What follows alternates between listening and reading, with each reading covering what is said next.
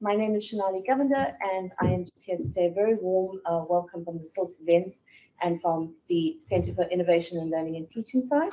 I'd like to say a particularly warm welcome to our two wonderful speakers for today. We have Professor Jimmy Winfield joining us and Dr. Emma Whitelaw. Am I saying your surname right? Whitelaw. Emma Whitelaw.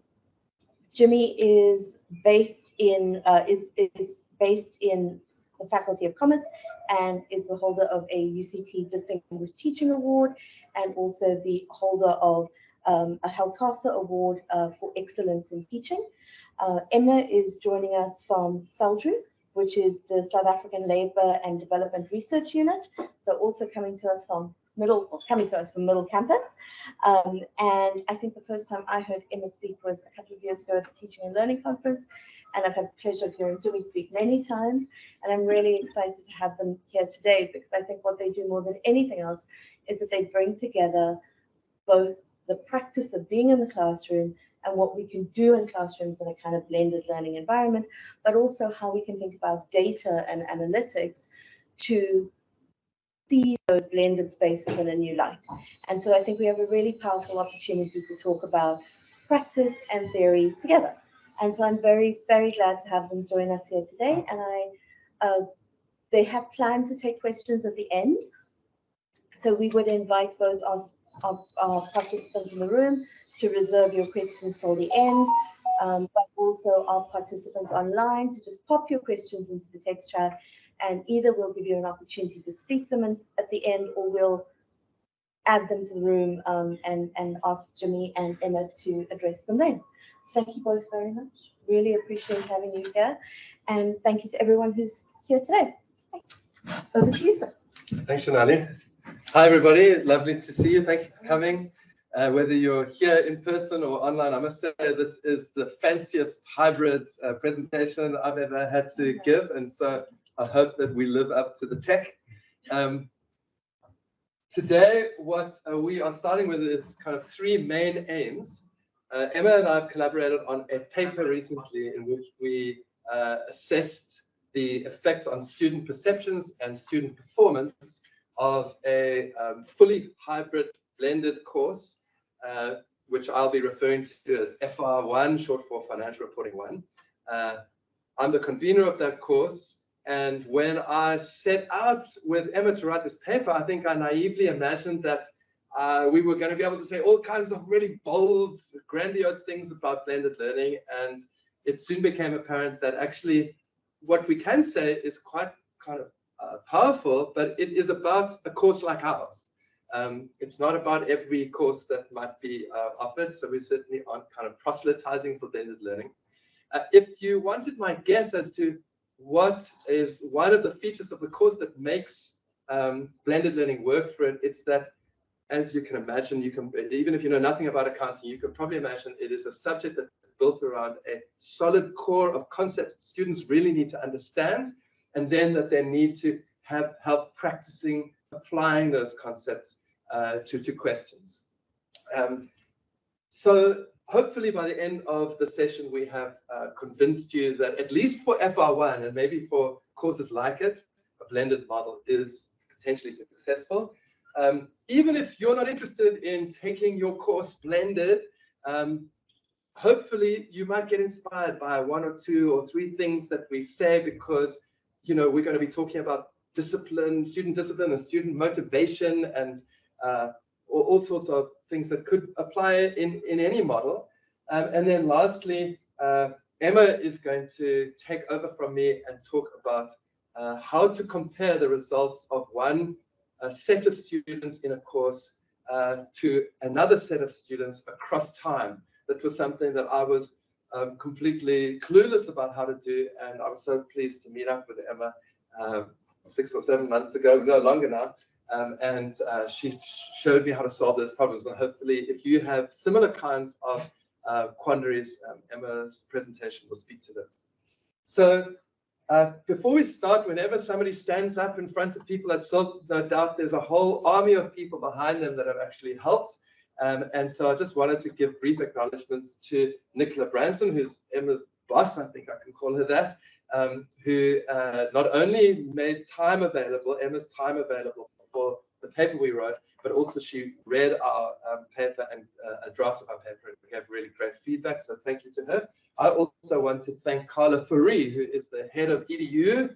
But before she became rich and famous, she was my kind of my partner in delivering FR1, co-convener and co-lecturer. And to the extent that you think that we've done cool things in FR1, she certainly should be getting a lot of the credit.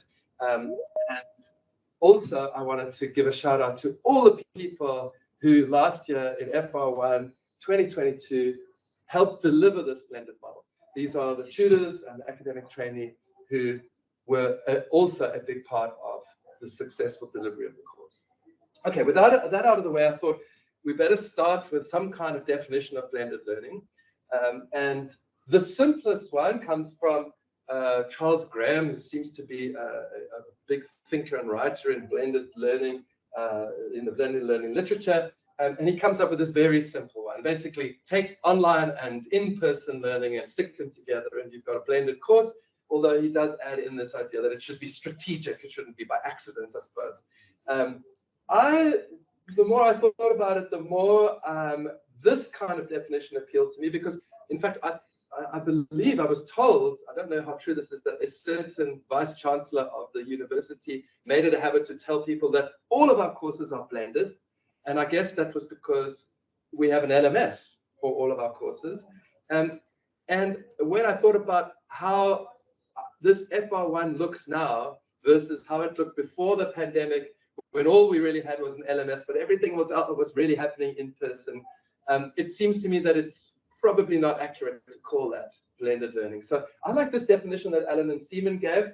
And I thought, just to make it kind of really cemented in your minds, the idea is that if your online activities comprise less than 30% of the course, you're probably an in-person course. If they comprise more than 80% of the course, and you've only got a smattering of face-to-face activities, maybe a workshop here or there, then that's probably something we should call an online course. And a blended course is really something where there is a genuine mix of these two forms of learning activities. In the literature, there are recognized upsides and downsides to blended learning.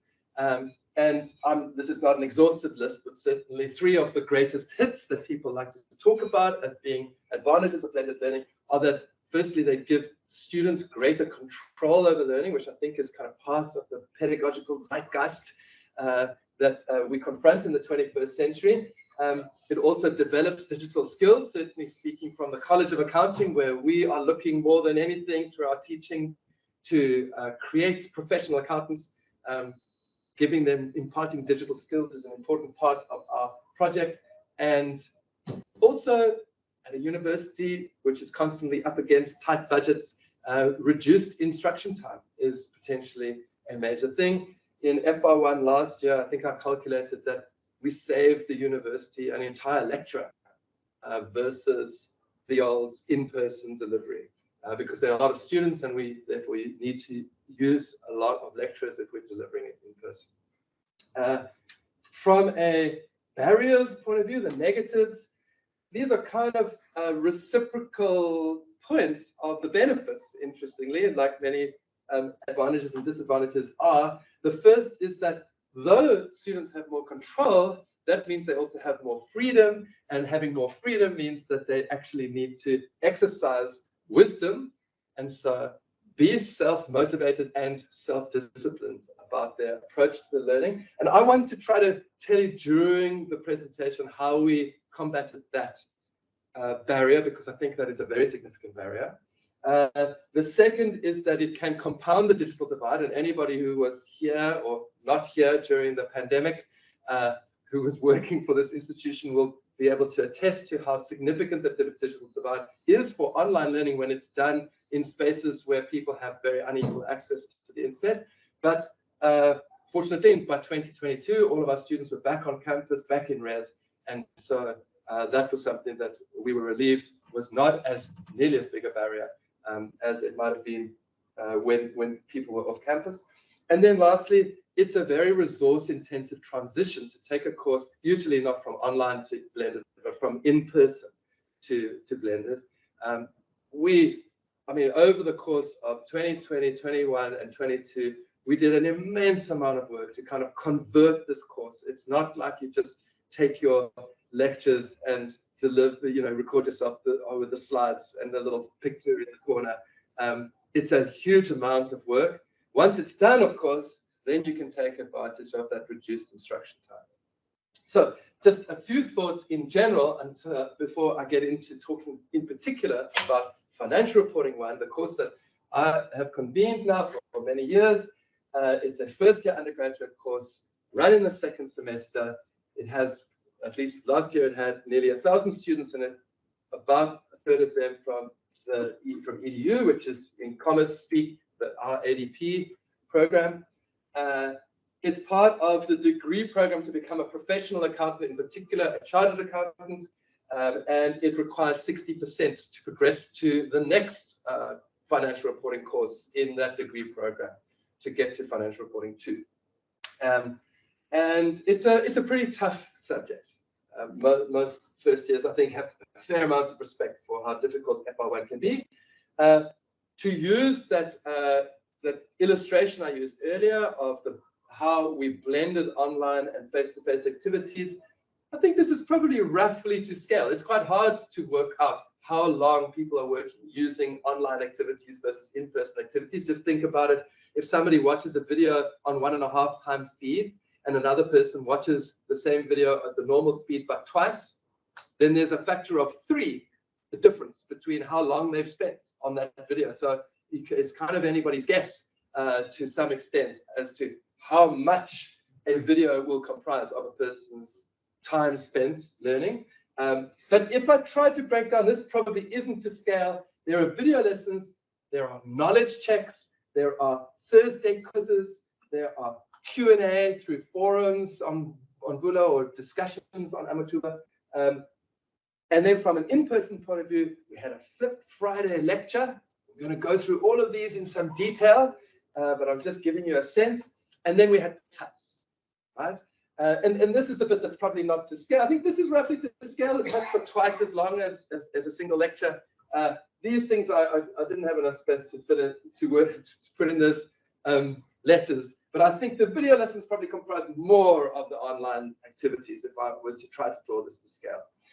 I want to tell you about all of those ones in the yellow block there because they all are new in the blended learning environment.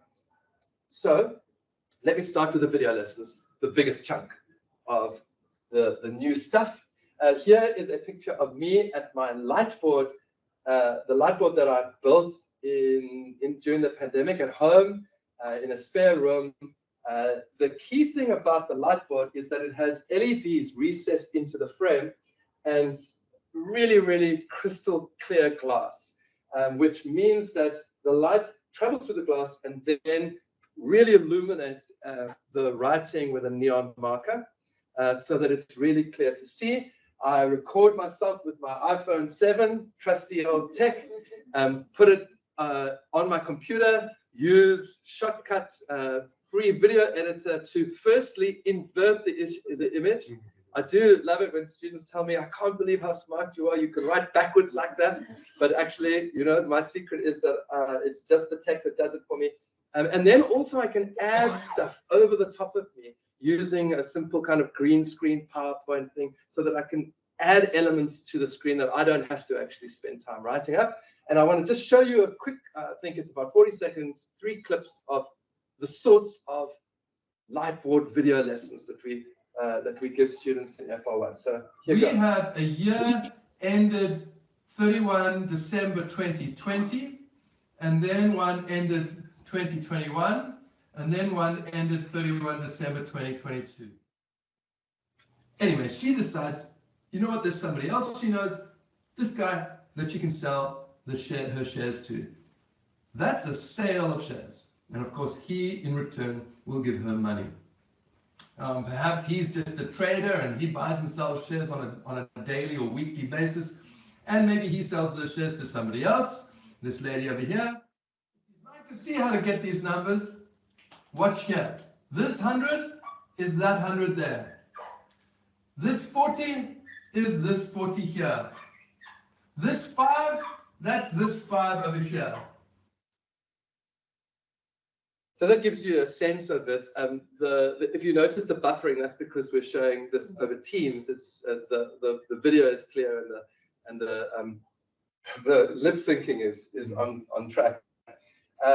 So that's the video lessons. They don't happen in isolation. They happen on a lessons page back in Bula last year.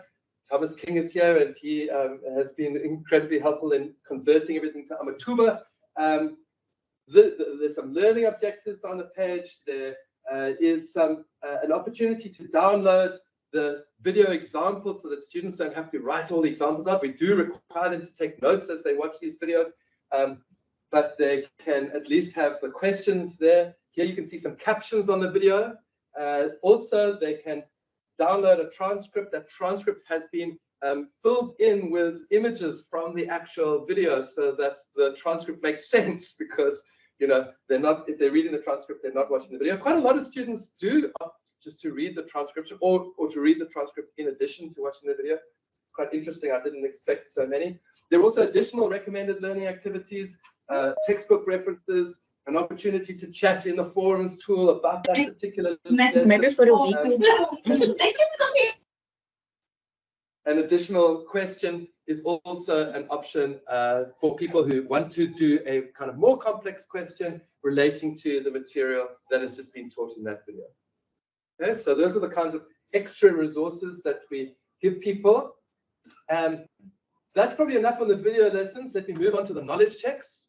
So the knowledge checks are actually, in the case of the Bula side, right there at the bottom of the lessons page. They've just watched that video. Maybe they've engaged with this other content. Now they must do a knowledge check. If they don't do this knowledge check, they won't be allowed to move on. So they absolutely have to. This is something you can set up in Bula or in Amatuba quite easily. Here they are doing the knowledge check. It's a very simple thing. This one was 5 questions. It's either 5 points or 10-point quiz, just based very closely on what was taught in the video. Just making sure the students have really engaged with this content, kind of keeping them honest. And so then once that's done, you can see here lesson 3 is opened up to them and they can move on, but they would not have been allowed to until they got 80% or more for the knowledge check. Okay, that's the knowledge checks. The Thursday quizzes are a bit simpler to explain. Every Thursday, for most of the day, a quiz is available on Bula where they get to just begin, or at least to show that they've understood the concepts for the whole week. So there might be 5, 6, or 7 videos in the week. They've watched those by Thursday. Now they are answering a question that kind of tries to touch on as many of the concepts there and start guiding them towards answering the sorts of questions we ask in testing exams. But this is still at quite an easy level. Right? Then one thing that's kind of true throughout the whole week is that they can use the Q&A tool, right, which has got different names, as I mentioned before. In Bula, it's forums. In Amatuba, it's discussions. They just click on it from the actual video, the lesson page that they're watching. You can see I took a lot of time to structure the discussions. So there's a topic for basically everything to try to keep things on track, and rather than just have a whole bunch of long chats that don't really relate to each other. Here you can see a different topic for every lesson, every question, every past paper. Here's the question about this one we were looking at. What about a number of shares and the MOI change and so on? And here is our trusty academic trainee, Andrew, coming in on answering that question very quickly, right? We have kind of a day's turnaround at the most. So that's the Q&A. And then let me show you the first in-person event of the blended course. This is a flipped Friday lecture. I call it flipped because it follows a flipped classroom methodology, not because it only happens every second Friday, as some students claimed in week 2 that they thought it meant. It's a single lecture, and the idea is that people get to work together. So there's a lot of peer learning, and it's their first opportunity to engage with a much tougher question that starts to get them over the hurdle that a lot of our students experience of kind of, I get the concepts, but I just don't know how to apply them to the sorts of questions that you guys ask us. So the model for the Flip Friday is that for the first 25 minutes or so, people work in pairs, and the lecturer runs around and acts as a coach and answers individual questions and gives some tips here and there, and sometimes says, okay, wait a minute, everyone seems to be getting this wrong, let me help you here. They're working on this kind of complex question that's up there on the document camera. Then for the last kind of half-ish of the lecture, they do a quiz together. They stay in those pairs, they make a team, and then they kind of compete with each other. And it actually becomes a very fun environment. If you've ever been teaching next door to a lecture venue that sounds very rowdy, it could well have been one of our Flip Friday lectures where they really get into the competition. Here's a little image of my colleague Nabila, who is running a Flip Friday here. Those are the Mentimeter teams that have just joined here. They're going to answer this quiz questions about that kind of Flip Friday question that's over there on the document camera on the right. So that's the Flip Friday idea. And if we take all of that together, I don't need to tell you about tutorials, I don't think. There's a double pair of tutorials. There's a lot of detail in this slide, but since I've kind of talked you through most of it, I hope that it will all make sense to you. So the idea, and this speaks to that self-discipline that we were talking about, is to offer a very structured program, right? So we tell them very clearly, between Monday and Thursday, you need to watch the 5 or 6 or 7 videos for this week. You need to complete the knowledge checks, otherwise you won't be able to actually watch them. It'll add up to 90, maybe 100 minutes of viewing, right? If all they were to do is watch it at the normal speed once. Then on Thursday, you need to do that Thursday quiz and prove to yourself that you've actually got this, the concepts in place. Flip Friday, you come to and you start learning to apply the concepts with the peer support and with the support of your lecturer. And then following Monday, you submit answers to 3 questions, which are going to be kind of graded for completeness by your tutor, and you attend your in-person tutorial session. And all of that comprises your engagement with 1 week of material, right? Obviously, in this next week, they are starting with this process as well for the following week's material. Now, an interesting thing about having all of these features, and in particular having these online features up here, is that we can measure whether students are actually doing it. We can see, have they done the first KC? Have they done the second, the third, the fourth, the fifth? What was their results on the Thursday quiz? And then the tutors upload whether they got a 0 or a 1 or a 2 for their submission and whether they attended. And what's lovely about that is we now have data which we can use to feed back to the students. And this is where we try to help with their self-motivation, right? And so one thing I have been doing for the last few years is sending out a progress report that tells students how I feel that they're doing. I break them into 12 or 14 or 15 groups using these sorts of metrics to try to identify where are their weaknesses and what should they be doing more of. And then I send them what looks like quite a personalized email, although for 700 or 900 students, it's not actually personalized, but because I've divided them into 15 groups, it's roughly accurate. But that's the progress report. That's something slightly different. Got nice feedback about that, but I wanted to tell you about the badges. Each week, if you're an FR1 student, you can win a badge. And that's if you've watched all the videos and you've completed the knowledge checks, you've got 60% or more for the Thursday quiz. Remember, that's the mark they're aiming for at the end. You got 2 out of 2 for your submission, which means it was all complete. Doesn't have to be right, just complete. And you've attended the session. If you do that, then as soon as we have all that data, I send you a message to say, congratulations, you won the FR1 badge of honor for the week. And they get a gift. Here are the gifts we used last month. And so this is just an attempt to try to kind of keep them feeling motivated. Oh, I like winning this thing. I want to try to win next week's one as well. Okay, I think now I'm ready to tell you about our evaluation of students' perceptions of this model. And so we did a big survey, a student evaluation, course evaluation at the end of last year with lots and lots of questions. And We incentivized their responses and got 87% response rate, which we were happy with. And let me start with the kind of do or die question. We told them what it means to be blended, what it means to be an in-person course, and what it means to be an online course. And then we asked them, which one is best for you? And here were the results. I had a big lump in my throat before I opened up the thing, but I was very pleased after all of the work we've done that 79% of the class said they prefer blended learning. And interestingly, more people said they prefer purely online than the number of people who said they prefer purely in person. I don't know if that's a figment of the fact that last year quite a lot of courses were purely online in the first semester. So it was something I'm familiar with. It'll be interesting to see how they answer this question in this year's evaluation. I'll be asking them again. Only 3% said they didn't know. So we thought that was quite a ringing endorsement in terms of the students' perceptions of the course. They spoke about the kinds of student control that I mentioned earlier is in the literature as one of the benefits that people quickly identify. They talked about independence. They talked about being able to work at their own pace, about being able to schedule things as they liked.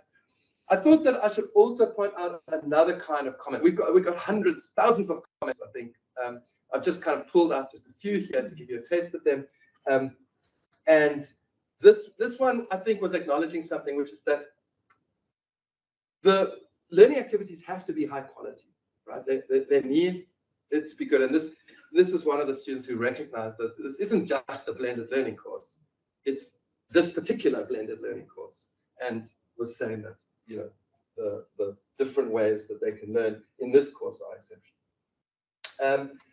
One thing you may be wondering, and this starts to touch on what Emma is going to, before long, be telling you about, which is the students' actual performance. You know, we're all familiar with the idea that students might like one thing, but it might not be good for them, right?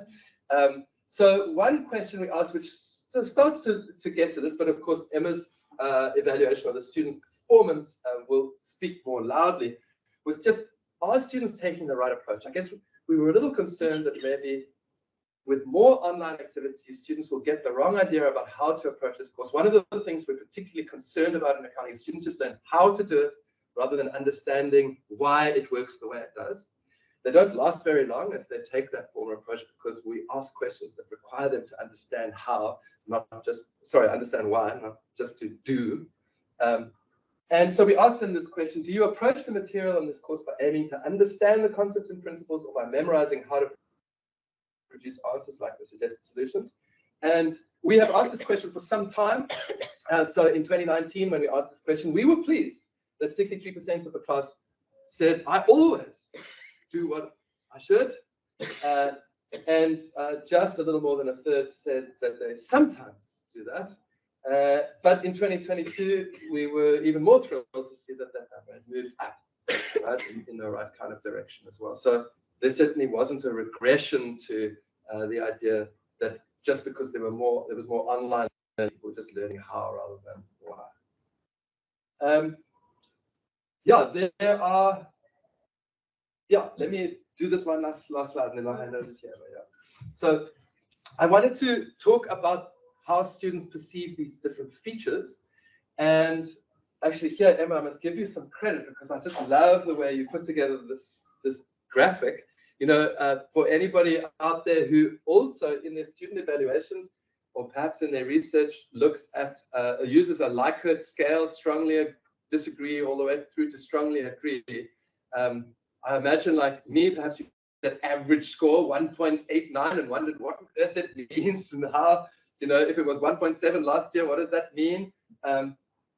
I think this is an amazing way to understand Likert data, right? Because if you look at the top of this dark orange line, and apologies if you can't read every number, but that's okay. In fact, maybe it makes my point even more strongly. If you look at the top of that dark orange line, you can very quickly see those are the strongly agreed. You can see people love this, they really don't love that, and so on, right? And if you care about strongly agree plus agree, right, in other words, people who broadly agree, well, you just look at the top of the light orange line, right? Because that's strongly agree plus agree.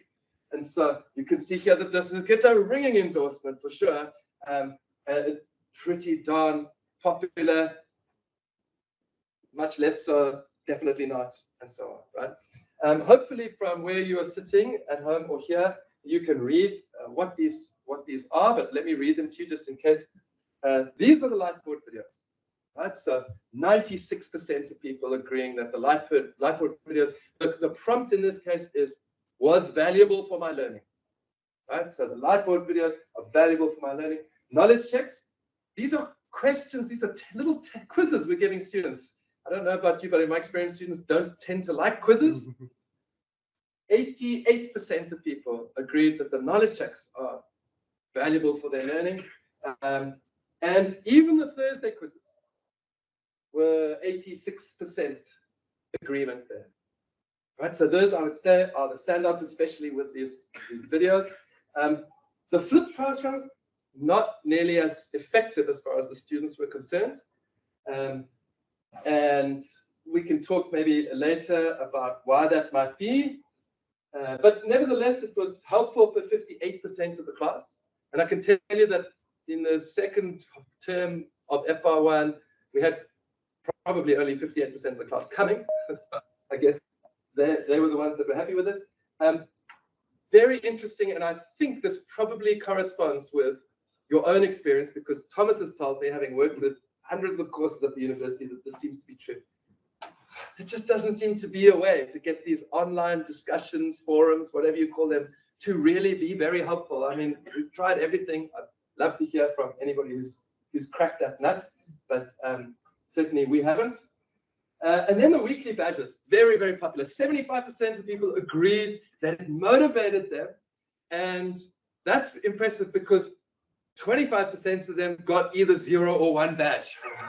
so the other 75%, I presume, are the ones that are saying it motivated them. And we didn't get any negative comments that said, I hate this system because it makes me feel demoralized. And I think part of that is because if you didn't earn a badge, you just didn't get a message. Right? It's not like you got told you don't get a badge. And so I think that's helpful. I should stop and let Emma have a go. I'll just move over. There you go. I'll move over to your slides. Hello, everyone. So I should just say that, so I'm going to be talking about how we can compare students' grades over time, so under the face-to-face model and the blended learning model. But although Jimmy sort of unpacked these different features of FR1, we can't pinpoint to which of those any potential benefits might be because of. So we really just thinking about students' final grades, comparing a face-to-face setting to a blended learning setting. Okay. So I would like you to imagine a scenario. Well, not this part. This is actually what we are doing. We're wanting to estimate the effect of the blended learning model on student performance. But imagine that so this is now hypothetical. Imagine that we are observing students performing better in 2022 compared to 2019, and leaving out 2020 and 2021 here because those were the online years. We're wanting to compare face-to-face to blended. So, okay, we observe students performing better. That sounds good. But imagine also that over the last few years, performance might have been improving each year for whatever reason. And imagine that in 2022, for whatever reason, an academically stronger cohort of students took financial reporting on. How then would we know what part of that observed performance improvement that we see is maybe due to those general time trends, or to academically stronger students, or to the blended learning model itself? So we use something in statistics and economics called multivariate regression models. And what they allow us to do is to account for other factors that might influence students' marks instead of just looking at an average improvement or decline in marks. So what I did is, from the UCT institutional data, we matched that to Jimmy's information on student grades. And that information gives us data on students' gender, age, whether English is their home language, their NBT grades, their school leaving exam grades in the form of their admission point score. So that's giving us sort of an indication of where they're sitting in academic achievement before they come to university. And then also specifically, we know which cohort they are from. So were they 2018, 2019, the face-to-face groups, or were they 2022 under this blended learning model? And so before we get into the results, I just wanted to show you the raw distribution of these marks. So I should just clarify our sample. So we took first year students who enrolled for Financial Reporting 1 for the first time, which means that I've excluded repeating students because we don't want to know, okay, is this performance improvement just because students are taking the course for a second time? And as I mentioned, we exclude 2020 and 2021 because we don't want to compare to those online years. And so what we can see is that in 2018 and 2019, I'm not sure if you can see the colors so clearly here, but we have a really similar distribution of final grades for those samples.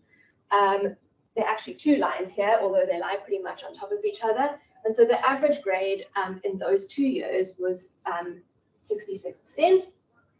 And if we look at 2022, we can see that that distribution shifts to the right. And so what that's telling us is that we really have better performance of this blended group or blended learning group of students, as we've called them, across the distribution of grades. And those average grades in 2022 were nearly 71%. So that's a 4.5% difference. But as I explained earlier, we don't know if that's to the blended learning model or to a variety of other factors that could be playing out. So now this is terribly small here, but what I just want to highlight to you is in this first row over here, that says blended learning, and that basically means that's the variable that we put in to capture our 22 group of students, okay? And in this first row, I haven't controlled for any other factors in the regression. And so what you can see is the regression pops out this 4.5 effect size, which is that average that I showed you previously. Okay, so that makes sense. We haven't accounted for any other factors except comparing 2022 to previous groups. What we then do in this middle column over here is add in all of these other factors that we have in the data that we think could affect students' marks. And I'm not going to go through all of them, but essentially these coefficients, as we call them over here, are telling me what's the effect of that variable on students' marks. What we are interested in is this top one over here, which is the 2022 group compared to other groups. And that's telling us that we still have a 4.4 percentage point improvement in students' marks in 2022, even when we account for all these other factors that might also influence students' marks. So that's really positive. And of course, there might be things that we can't account for in the regression, but the fact that it's relatively stable when we move from no controls to controls is quite beneficial. And then in the last column, we haven't really spoken about this much, but Jimmy did allude to it earlier, that part of the group of students that take FR1 are the Commerce EDU students, or ADP as it's generally referred to in other faculties. And we thought it would be interesting to look at, is the effect the same for mainstream students and EDU students? So in the face-to-face years in 2018 and 2019, Jimmy, correct me if I'm getting this incorrect, but EDU students received sort of additional support. Yes. Over and above what mainstream students would get. So one may think, okay, maybe given that additional support in face-to-face years, maybe this blended learning wouldn't have been as beneficial compared to students previously who were already receiving sort of additional support. But what we see, so what I do over here is it's called interacting these variables. So I interact the blended learning with whether you're an ADP student or not. And this tells me over here that overall the effect of blended learning for ADP students is a 6.1 percentage point improvement compared to a 3.6 6 percentage point improvement for mainstream students. So I get ADP by adding together this 3.62 for mainstream, plus the additional effect that blended learning has for ADP students. And so that's, well, I think a really, really powerful outcome of this is that it's not only beneficial for mainstream students, but actually even more beneficial for ADP students. So that brings us to the end of our presentation. And just two concluding remarks. So blended learning, when combined with Jimmy's features of a flipped classroom approach and recorded lightboard videos as the primary means of teaching foundational concepts, is highly effective in this course. Jimmy made that point earlier. And what we see is students prefer this combination over a traditional contact or even a purely online model, as Jimmy reflected on earlier. But we also see that on average, grades increase by up to 5 percentage points compared to contact only. Thank you.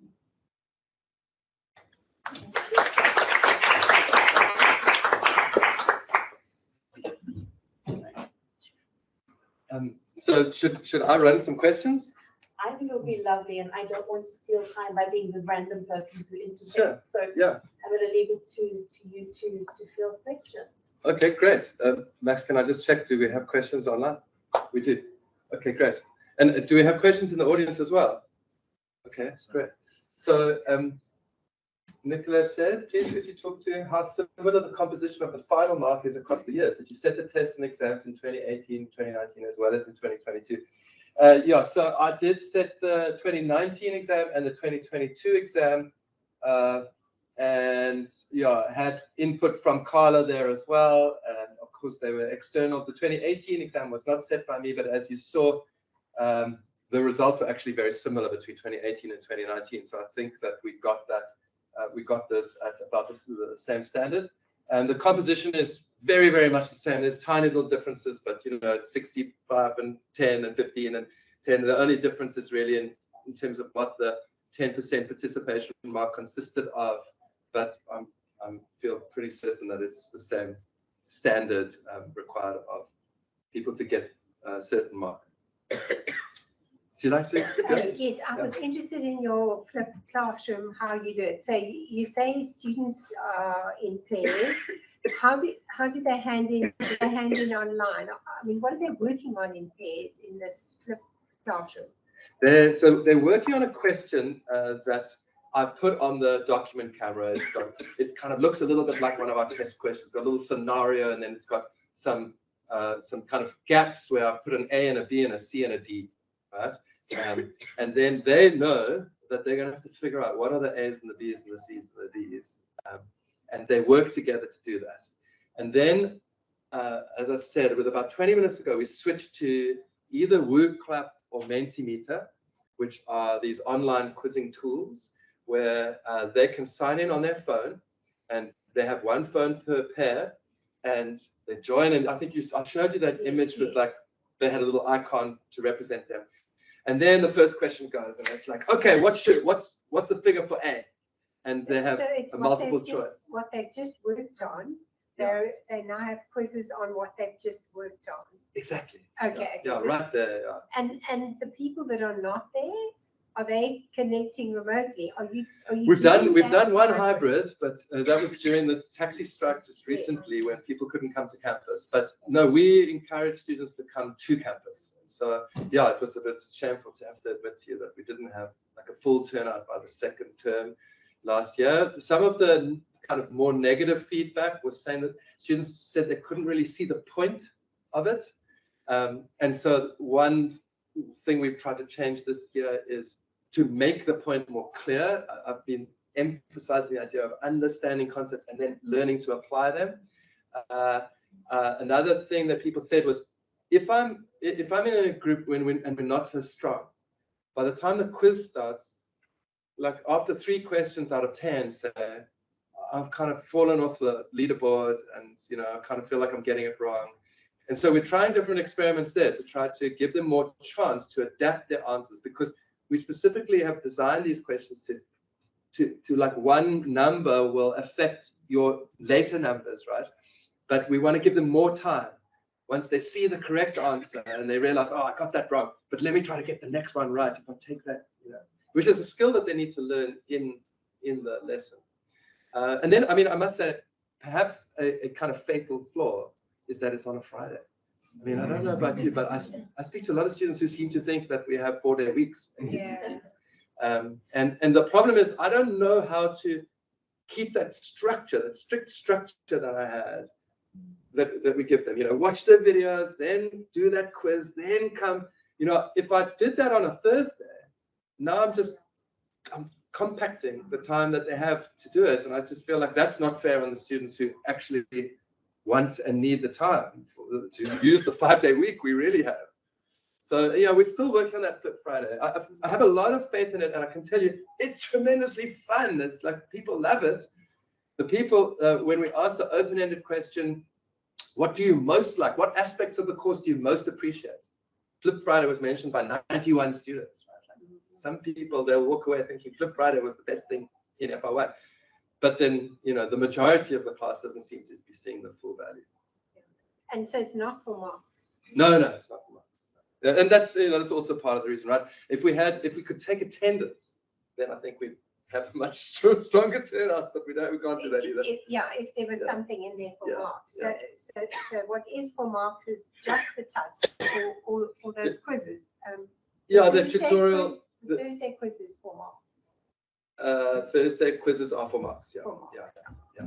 So the tutorials last year, we're talking about last year, and we've made a change which I won't bore you with. But last year, it was the submissions and the attendance were really just for DP and not for marks. We have questions online. Oh, okay. Should I read them myself? Is that not? I wonder if Cheryl wants to try unmuting. Cheryl, I'll read out your question, but if you'd like to speak over me, please do. How much do you think these results had to do with the blended learning or the very careful learning design? Very clear what they need to do, very structured, etc. Interesting question. I think that certainly, Cheryl, it sounds like you've had the same experience as me, which is that students really appreciate structure. You can certainly add structure to a fully in-person class, and that really does help with not only students' perceptions, but also their results, as you say. Look, what I will say is I've been convening the course for many years, and I'm a big structure guy. So I was structuring in the in-person experience as much as I thought was reasonable to do. And I guess with the blended experience, I can structure it a bit more. I don't know. Maybe as I say that out loud, what's more structured than you must be in the NLT at 1 o'clock, 4 days a week? I guess maybe I'm wrong about that, but certainly I structured both experiences as much as I could. So I don't think that accounts for the difference in results.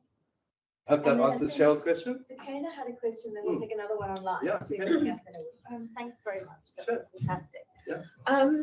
If somebody is thinking of doing what you've done, what would you say they need to even pre-prepare and think about before taking the plunge? So time, people, resources, skills, expertise.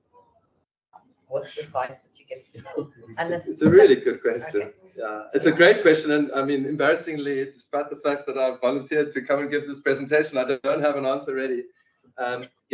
For us, the changes were forced upon us by the pandemic. I talked about this massive transition that's involved. And what we did was we sprung from fully in person to fully online, like we all did. And I think that one thing we did was I kind of hit upon one group I haven't helped here, which has been massively helpful, is CHED itself. I had used the CHED lightboard in 2019, and I discovered its virtues. And so that was what inspired me to build a lightboard and create videos that stood alone. They weren't just recordings of me, voicing over my PowerPoints. And so by the end of that, we had something that felt like it had already taken us quite a long way towards this blended model. And I mean, so just purely because I haven't thought about it for very long, and my default would be my own experience, I would say that think about is how could you film concept videos that are going to be highly valuable for students. Some who want to watch in the evening, some who want to watch in the morning, some who want to watch on double speed, some who want to watch 3 times, you know, some who prefer to read transcripts.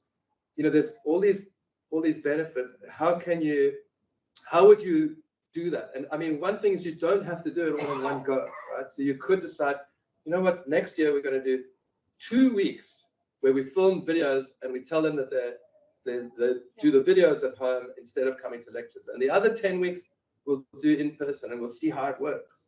I think, you know, that's, you know, in your question, I was thinking, gosh, it must seem like a massive jump, right? But I think you can actually iterate into it. Yeah, sure. Jimmy, I'm going to offer another one of the online questions. Yes, no. Renee has a really interesting question about the knowledge checks. Oh, yeah. Were there any or many students who weren't able to get 80% and therefore weren't able to access this? Yeah, Renee, what a great question. If so, how did you deal with it? I should have said that, yeah. So nobody could not get more than 80%. And the reason for that is because once they could attempt it as many times as they wanted. And once they'd attempted it the first time, they could look at the feedback, which would tell them the right answers. Okay, so I mean, I guess a cynic would say, oh, well, what people do is you do, in a way, I've never even thought about this, but you don't even have to answer any of the questions. You could like put in zeros for everything and answer it, and then go to the feedback, read through the answers and the correct answers and just stick them in. I have seen no evidence of anybody doing that. I have no doubt that some people get stuck and are like, I just don't know what they want, and look at the feedback and put it in. But even that in itself is a learning experience. So do you think that answers Renee's question? She gave you a thumbs up. Okay, cool. Great. Shonali, you're doing a great job. Thomas has a quick question. Yeah. I have one, feel free not to answer, talking to other colleagues about this. Because one of the things we've noticed learning designers is a lot of people saying, COVID's done, back to face-to-face. It was a disaster, it was horrible. Blended learning 2015 was, you put your education in the blender, and then COVID was trash fire. We need to go back to face-to-face. How do you broach conversations, but do you broach conversations about this, or talk to colleagues, and has there been kind of feedback or response? It's a difficult one, so if it's a not answer. Yeah, no, look, I don't mind answering, because the honest truth is that I am a person who doesn't like to push my views on anybody, although I did want to. Shonali, did we contact you? You did, yeah. I think you chatted to Stephen, and then Stephen. That's right, yeah. So we you know, I like to share what I do, but I don't like to tell anybody else what they should do. And so I don't enter into conversations like that. But if people ask, I'd love to help. So if anybody else would like to get input, I'm sure the same is true for Emma as well. We'd love to have you contact us. And, you know, that could be one of the things to answer Sakena's question that you could do is come and speak to me, and, you know, I'll give you some honest advice about blended, going blended. But the other thing I should say, Thomas, is that, you know, a kind of undercurrent in your question is that there is resistance to this. I was very delighted that the APPC, which is the committee that kind of approves changes to courses, approved a permanent change, as much as anything at UCT is permanent, for FR1, and it is now kind of officially blended going forward, and we got the changes to the handbook and all of that. So I'm very appreciative to the dean and the deputy dean and my head of department, who all kind of came on board. But I can tell you that the form for the APPC change has got 2 options. Well, really only one option, which is going from in-person to fully online. I didn't have, you know how you fill out a form and you don't know what box to tick. There is no box to tick for, I'd like this course to be more blended. And that does speak up, I think, a little bit to the kind of institutional inertia. We talk about the university of the future, but like, I'm not sure that in between the gaps, between the people talking about it and the people making the differences, that all those gaps are filled. So maybe it's something that will happen over time. So I'm going to jump in. There is a question online for Emma. Good. Was the control group from 2019 exposed to the same kind of lightboard teaching? And yeah, would you say something about the implications of that? Sure. So we used 2018 and 2019, first of all. So there were 2 years in our control group. And no, so there was no lightboard teaching in 2018 or 2019. So it was completely face-to-face, the 4 lectures a week that Jimmy mentioned. And so that's why I sort of started off by saying we can't actually say which of these blended features might have driven the performance improvement that we end up seeing. But yeah, as Nicola asked, because Jimmy set the tests and exams in 2018, 2019, and 2022, we're sort of hoping that the standard, well, you can speak to that and did, but the standard sort of remained consistent. And so that also gives us some sort of, yeah, like, what's the word, confidence in our results. Yeah, no, I mean, I was so pleased to see Emma get a question. I feel like I'm droning on, but now I want to add to your answer, which was excellent. Just with this one slide that I didn't touch on before, which is a way of, you know, probably not a perfect way, certainly not a perfect way, but kind of a way to try to see how students responded to that the lightboard video experience. This, in 2018, 2019, there were 8 lecturers, including me, who lectured on the course in the in-person model. And these were the kind of average responses to this lecturer was made a contribution to my learning. And this was the very best out of each of those. And then when we asked basically the same question about the lightboard videos, we got better results. Well, I think the 96 is the same, but equal to or better than. So that seems to me to be quite instructive, that the students seem to think the lightboard videos, which, as Emma correctly said, were not there in 2019, made quite a big difference to them. 2 questions. So did your other colleagues all use the lightboard as well, or was it just you? Or okay, so that's the one. And the second is the badges. I want to know more about these badges. So I want to know, like, sort of, okay, a whole lot of questions, like how you automated, how many did you send it to, what percentage of the class, and why didn't you send like little ones to the students who aren't participating, saying, we missed you, where have you been, that kind of thing. So like, what, you know, why did you only do the one end? So a whole lot of questions, sorry. Yeah, that's fine. So the answer to the first question is... Can I supplement that? Yeah, Shannon. It's about the sort of learning analytics that maybe drove some of the badging. So is there any learning analytics that you would like to emphasize that drives that badging? And then overall, to what extent does that contribute to motivation? And it's going to pull that question, someone's online question together. Okay, cool. So the first question you asked was about who did the lightboard videos, and that was me. I did them all. So you were the only lecturer. Yeah. So that might be a difference between the rating of your 8 colleagues. And yes, but I remember I was in that rating, those ratings of this 8, and I can tell you that if you look at, like, they were also asked a question last year on just rating the lecturer. Like, I can't remember, like, this lecturer makes a contribution to my learning, which, and there was one for me last year because I was the lecturer on the course, although it was through the lightboard videos. And that score I got was way better than the score I got in 2019 for teaching. So it does really feel like difference is not me, it's the lightboard. Right? And then to answer the question about the badges, so there's lots there to say about badges. Let me just quickly show you another slide. I kind of ran out of time to show you. This is really speaking to the analytics, and then I'll get to your questions. So this is last year's class and how many people won each badge. Remember, I told you 25% people got either 0 or 1. That's the 25% there. 15% of the class on average got none. I mean, 15% of the class got, 139 students got no badges at all the whole way through the semester.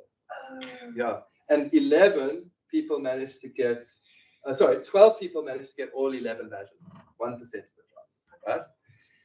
What's fascinating about this is the last column, okay, which is their test average. Now, I haven't done this for their final exam result because DPs confuses things, and I need a stats genius like Emma to help you figure out how to deal with that. But with the test average, which is very indicative of their final results, look at how it corresponds. it's incredible to me. Like, I couldn't believe it when I did it. To answer the question that came, Shonali, online, I just thought about the things I think students need to do. They need to do pretty well in the Thursday quiz. They need to watch all the videos. They need to submit their TUTs properly, and they need to go to TUTs, right? I thought, okay, those are like 4 things to measure. And so that's what earned you a badge, right? Then, if you look at how you actually did in the test as a result, it's unbelievable. There's only one kind of anomaly, which is that it was better if you'd won 9 badges to stop there and not win a 10th, right? I'm not being serious, but it's what it looks like, right? But if I've analyzed this with my rudimentary stats. The correlation is definitely statistically significant, and on average, you can kind of do a best fit. And a student's test average is 50% plus 2.7% times the number of badges they have. So yeah, there is data, although I must admit that the data is not retrofitted. I didn't mess with it, but I only discovered the data after experimenting with these badges. But I mean, you're saying well done to the good students. Yeah. Look, And what about not only, you know, so everybody from this point down got a message from me going, "You're awesome, well done, you nailed that week. Here's a badge." Right now, I mean, if you got it in week 11, it's not going to help you being motivated beyond that. But of course, on average, I suppose you got it in week 5, so it would have helped you beyond there. And some people might have got it earlier on. It's a great question, though. I don't make any effort over the students who haven't got it. I think part of it is that worry I have about the demotivation. I had a system years ago, which I called the progress color system, where depending on how you were going, you got red, green, and yellow. And there was a really strong incentive to try to be green, because that meant you could hand in fewer questions, because, hey, you're on track. You don't need to do so much practice and so much repetition. If you're red, things aren't going well for you. You need to do more. So hand in 4 questions, you know. But I got a lot of people like the system on average, but there were some students who really hated it because of this message, like, you're red again, kind of come to the party. And I suppose that maybe has burnt my fingers a little bit now. I'm not, like, I don't really want to send the negative messages. I just want to send the positives and hope they work. I mean, although there could be like we've missed you, where you've been. Yeah. Okay. That's quite good. I quite like that. That. That's a little bit like the progress report that I do. Yeah. So in week 4, I send them all a message to say, look, you know, if they fall into that one of the 15 categories that I've calculated in my spreadsheet, like, look, you're doing great. You're on track with your Thursday quizzes. That's fantastic. And I see you've done all the knowledge checks and watched all the videos. Brilliant. But why haven't you been coming to TUTs? TUTs are a really important part of this. You know, we've missed you in TUTs. I don't use that language, but maybe I will now. So yeah, that is another thing you can do. I just don't do it through the badge system. Yeah. I mean, I think at that point, we're going to say a massive thank you to both our presenters. I think one of the things that stands out for me here is that how incredibly intentional both your design work is in your classroom, from what things go into the badging, and then how that's tied so beautifully into what data you and Emma can look at afterwards. So thinking about the teaching as not something that stops at the lightboard, but is this ongoing, how do I find out more about my students and respond to where they are? And so as somebody who herself loves teaching, thank you both for being a massive inspiration and exactly the wonderful sort of nudge prompt that we all need sometimes. And I just want to acknowledge the massive amount of work that goes into pulling off a design like this. There are many moving pieces, and you don't have a small class. It's a big class, many moving pieces, lots of data, but also lots of human beings to be shepherded and managed through the process, and in your team in the background. So thank you both very much for the contributions that you make to making learning and teaching a richer space for all of us, students and staff. Thank you, and thank you to both our online participants and everybody who is in the room. Please feel free to take fruit or a muffin or something with you on the way out. Thank you, everybody. Thank you.